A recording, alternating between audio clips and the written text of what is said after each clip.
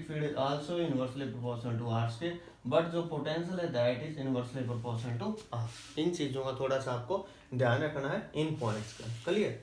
अब हम बात करते हैं electrostatic potential due to a point charge. किसी पॉइंट चार्ज की जैसे इलेक्ट्रोस्टैटिक पोटेंशियल क्या होगा, फिर एट एनी पॉइंट का केस करेंगे, और एनी पॉइंट का जो केस होगा हमारी बुक से थोड़ा डिफरेंट रहेगा। क्लियर। मैं उसको एक इजी वे में आपको बिल्कुल ज्योमेट्री के अकॉर्डिंग समझाऊंगा, और अच्छे एक्सप्लेनेशन है, कोई सिंगल हाफ मार्क्स भी आपका कोई डिड्यूस नहीं करता, उसके अंदर बिल्कुल इंपॉर्टेंट है और आराम से समझ में आपको। ठीक है, बुक से थोड़ा डिफरेंट रहेगा बस वो। ठीक है, तो देखिए चावा सबसे पहले हम बात करते हैं electrostatic potential. Electrostatic potential due to a point charge, due to a point charge. तो इसकी वजह से हमारे पास क्या होगा, देखें चावा फॉर एग्जाम्पल यहाँ हमारे पास कोई सोर्स चार्ज है क्यू। ठीक है, यहाँ पर हमारे पास का फील्ड होगा अपना। क्लियर। यहाँ कोई पी पॉइंट, इसी के फील्ड के अंदर फर्दर कोई पॉइंट है, ए पॉइंट, बी पॉइंट, आगे यहाँ पे कोई इंफिनिटी। ओ से पी, ओ पॉइंट मान लिया हमने इसको। ओ से पी जो हम आर ही लेके चलते हैं, पहले के दोनों चैप्टर में इसको आर ही लिया है, तो इस चीज का थोड़ा ध्यान रखना। ये स्मॉल है इसलिए हमने इसको डी एक्स का नाम दिया, ओ से ए को हमने एक्स का नाम दिया। ठीक है, तो now we have to calculate electrostatic potential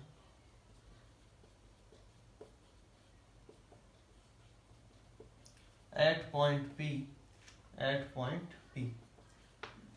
तो पी पॉइंट पे हमें पोटेंशियल निकालना है, तो इनफिनिटी से हम किसी चार्ज को मूव करते हुए पी पॉइंट पे ला रहे हैं। जब पी पॉइंट पे लाएंगे तो रास्ते में बी और ए पॉइंट भी है, तो now small amount of work done, small amount of work done from A to B. A to B small amount of work done हमारे पास क्या होगा, डी डब्ल्यू हम पढ़ते आए फोर्स इंटू डिस्प्लेसमेंट। क्लियर। अब फोर्स इंटू डिस्प्लेसमेंट, फोर्स और field में एक रिलेशन बताई थी, एफ इज इक्वल टू क्या होता है, क्यू इंटू ई। चैप्टर 2 की पहली डेफिनेशन थी हमारे पास, आपको याद भी होगी। Direction same, positive charge, direction same. तो फील्ड तो है आउटवर्ड, पॉजिटिव चार्ज की वजह, फील्ड है आउटवर्ड, डिस्प्लेसमेंट अंदर की तरफ। ठीक है, दोनों की डायरेक्शन हुई अपोजिट। Opposite means 180 degree. यहाँ पे जो एंगल होगा डॉट प्रोडक्ट है, सिंपल सी बात है, कोस आएगा, सभी को पता है, कोस थीटा। अब थीटा यहाँ पे क्या होगा, 180 डिग्री, क्योंकि पॉजिटिव चार्ज की वजह से फील्ड तो आउटवर्ड हो गया और डिस्प्लेसमेंट अंदर की तरफ है। तो इस केस में थीटा 180 डिग्री और कोस 180 क्या होता है, -1। मैं यहाँ लिख भी देता हूँ -1। एफ इज इक्वल टू आप क्यू इंटू ई भी लिख सकते हो, यहाँ से क्यू इंटू ई। क्यू लिखा नहीं हुआ नहीं बुक के अंदर। ठीक है, तो ये समझना आपको कि क्यू क्यों नहीं लिख रखा, ऐसे नहीं लिख रखा। जो क्यू है ना हमारे पास, उसकी वैल्यू +1 है। +1 आप लिखो या ना लिखो, मल्टीप्लाई में कोई फर्क नहीं पड़ेगा उससे, तो हमने ऐसे इसको छोड़ दिया यहाँ तक। अब यहाँ पे इलेक्ट्रिक फील्ड क्या होगा एट पॉइंट ए, अगर हम बात करूँ electric field at point A, तो वो हमारे पास क्या होता है, 1/4 पाई epsilon not source charge divided by में डिस्टेंस का स्क्वायर, एक्स का स्क्वायर। ये डिस्प्लेसमेंट कितना है, डी एक्स हमने माना हो, तो डी एक्स यहाँ पे लिख दिया। तो डी डब्ल्यू हमारे पास यहाँ तक ये आ गया। अब क्या करना है, पता है स्मॉल आने के बाद टोटल कैसे निकालते हैं, सभी को पता होगा। क्या करते हैं, इंटीग्रेशन। तो इंटीग्रेशन करते हैं, देखें शाबाश, इंटीग्रेशन बिल्कुल सिंपल सा इंटीग्रेशन। देखिए शाबाश, इंटीग्रेशन कैसे होगा हमारे पास, यहाँ पे बात करते हैं। तो इंटीग्रेशन के केस में हमें क्या करना है, डेरिवेटिव से इंटीग्रेशन कैंसिल, एंटी होते हैं, शत्रु होते हैं एक दूसरे के दुश्मन। जो कांस्टेंट है वो बाहर निकाल लो, q/4 पाई एप्सिलॉन नॉट। अंदर क्या बचा हमारे पास, dx बाई में एक्स स्क्वायर। लिमिट कहाँ से कहाँ, जहां से हम चार्ज को लेकर इन्फिनिटी से लेके आ रहे हैं पी पॉइंट तक। पी पॉइंट पे डिस्टेंस क्या है, r। इंटीग्रेशन आपने पढ़ा ही होगा, हमारे पास क्या होता है, x की पावर n dx क्या होता है, x की पावर n+1 डिवाइडेड बाई में n+1 प्लस में इंटीग्रेशन कांस्टेंट c हम लिख देते हैं। ठीक है, तो यहाँ से क्या होगा, q/4 पाई एप्सिलॉन नॉट, यहाँ ऊपर जाएगा तो x की power -2 dx infinity to r। ठीक है, तो यहाँ से क्या होगा, q/4 पाई एप्सिलॉन नॉट। तो यहाँ से हमारे पास इसके अंदर एक ऐड करेंगे तो हमारे पास क्या बनेगा, x की power -1 by -1 infinity to r। इस माइनस को मैंने बाहर ले आया, प्लस हो जाएगा, तो q/4 pi epsilon naught 1/x infinity to r। Upper limit minus lower limit, तो अपर लिमिट हम पुट करेंगे तो r होगा, और 1 माइनस इन्फिनिटी क्या होता है, 1/∞ 0 होता है। तो इसको लिखो या ना लिखो तो क्या होगा 1/4 Q बाई आर। यही मैंने आपको फॉर्मूला भी थोड़ी देर पहले बताया था। तो पोटेंशियल हमारे पास किसी पॉइंट पे किस पे डिपेंड करेगा, सोर्स चार्ज पे डिपेंड करेगा, डिस्टेंस कितनी है उस पॉइंट पे डिपेंड करेगा। तो ये हमारे पास था electrostatic potential at a point. अब हमें करना है electrostatic potential due to an electric dipole at any point, किसी भी पॉइंट पे। ठीक है, तो बहुत ही अच्छा है, मजा आने वाला, इसके अंदर आपको बिल्कुल समझ आएगा सभी को, बिल्कुल इजी स्टेप्स में। ठीक है, तो अपनी कॉपी नोटबुक जरूर साथ में इसको रख के चलना। तो डाइपोल में हम क्या करते थे, माइनस चार्ज प्लस चार्ज, ये डाइपोल हो गया हमारे पास ए बी, डिस्टेंस क्या लेते थे हम 2a। ठीक है, हमें इस पॉइंट पर पोटेंशियल फाइंड आउट करना है, this point P point, O point, O से P हम हमेशा ही क्या लेते हैं R। ठीक है, O to P हमेशा ही क्या लेते हैं R। ये पॉइंट देखो ना तो एक्सियल पे ना इक्वेटोरियल पे, at any angle theta incline किया हुआ है। हमें क्या करना है, इस P पॉइंट को यहाँ से एक बार तो इस चार्ज से मिलाना है, एक बार इससे, बिल्कुल स्ट्रेट। ठीक है, P पॉइंट पे हम लोगों को क्या करना है, पोटेंशियल फाइंड आउट करना है। नाउ पोटेंशियल यहाँ पर मैं एक बार कुछ, इसको तो O से P हम R लेते हैं, इसको मैंने R1 का नाम दिया, इसको R2 का नाम दिया। ठीक है, स्टार्ट करते हैं। Electrostatic potential at any point का हम केस कर रहे हैं, at any point due to an electric dipole. ठीक है, at any point due to an electric dipole. Electric dipole की वजह से हमें क्या करना है, पोटेंशियल फाइंड आउट करना है। ठीक है, तो क्या होगा उसके बारे में देखते हैं। Now potential at point P, ये तो हम लिख लेंगे ना, consider we have an electric dipole having charges -q and +q separated by a distance 2a. Now P with a point at a distance r inclined at an angle theta with the dipole. Clear, ये simple सी बात है, ये हम easily लिख सकते हैं, draw कर सकते हैं। Now at point P, electrostatic potential at point P due to positive charge. Due to positive charge potential positive होगा, मैंने जैसे आपको बताया था 1/4 Q डिवाइडेड बाय में डिस्टेंस कितनी मानी, R1 नंबर 1।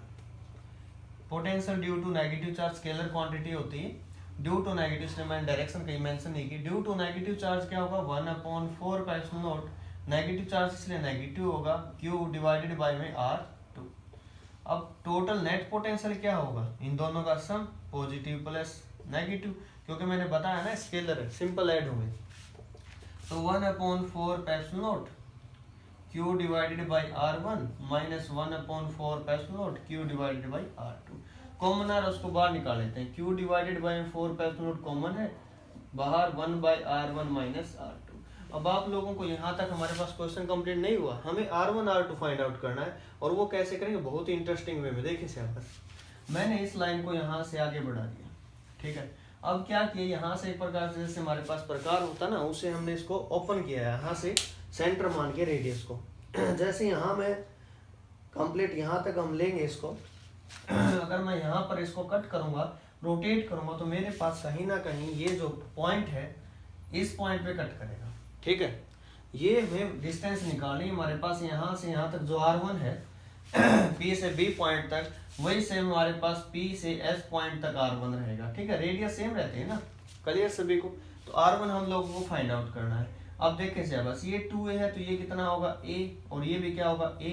अब ये ट्राइंगल बन चुके हैं हमारे पास, ये परपेंडिकुलर है, ये बेस हो गया है, ये परपेंडिकुलर हाइपोटेन्यूज।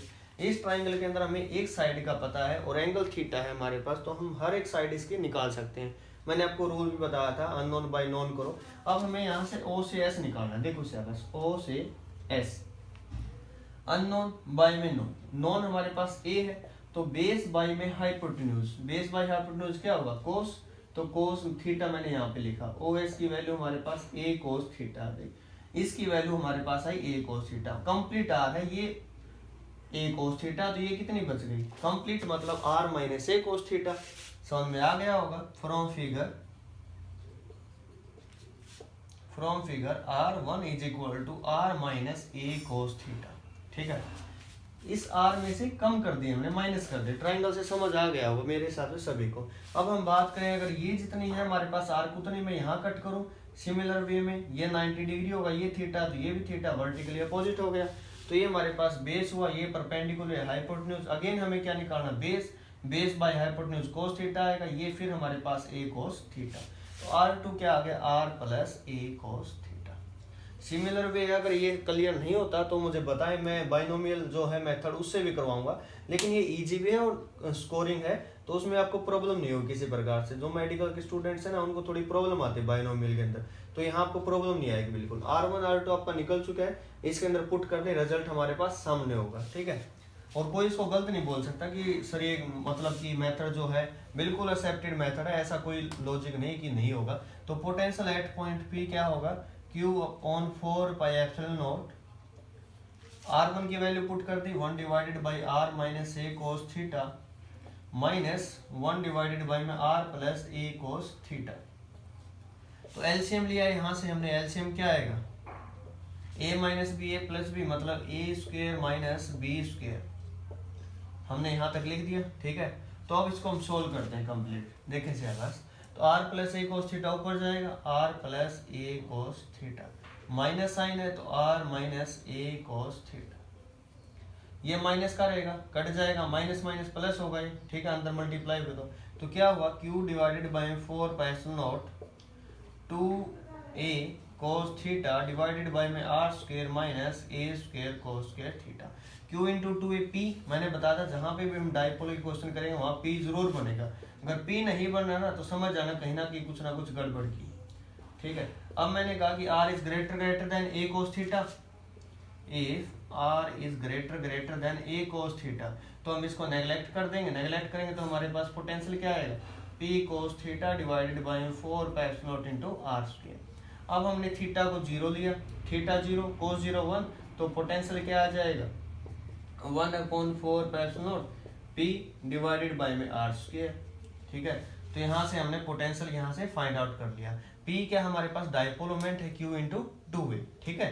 तो यहाँ से हमने इसकी वैल्यू फाइंड आउट कर ली। जो पोटेंशियल होगा वो r स्क्वायर के हमारे पास इस प्रकार से डिपेंड करेगा, potential depend like that in case of dipole. इससे पहले हमने 1/r पढ़ा था, 1/r स्क्वायर। नेक्स्ट हम नेक्स्ट वीडियो में करेंगे। Okay, thank you.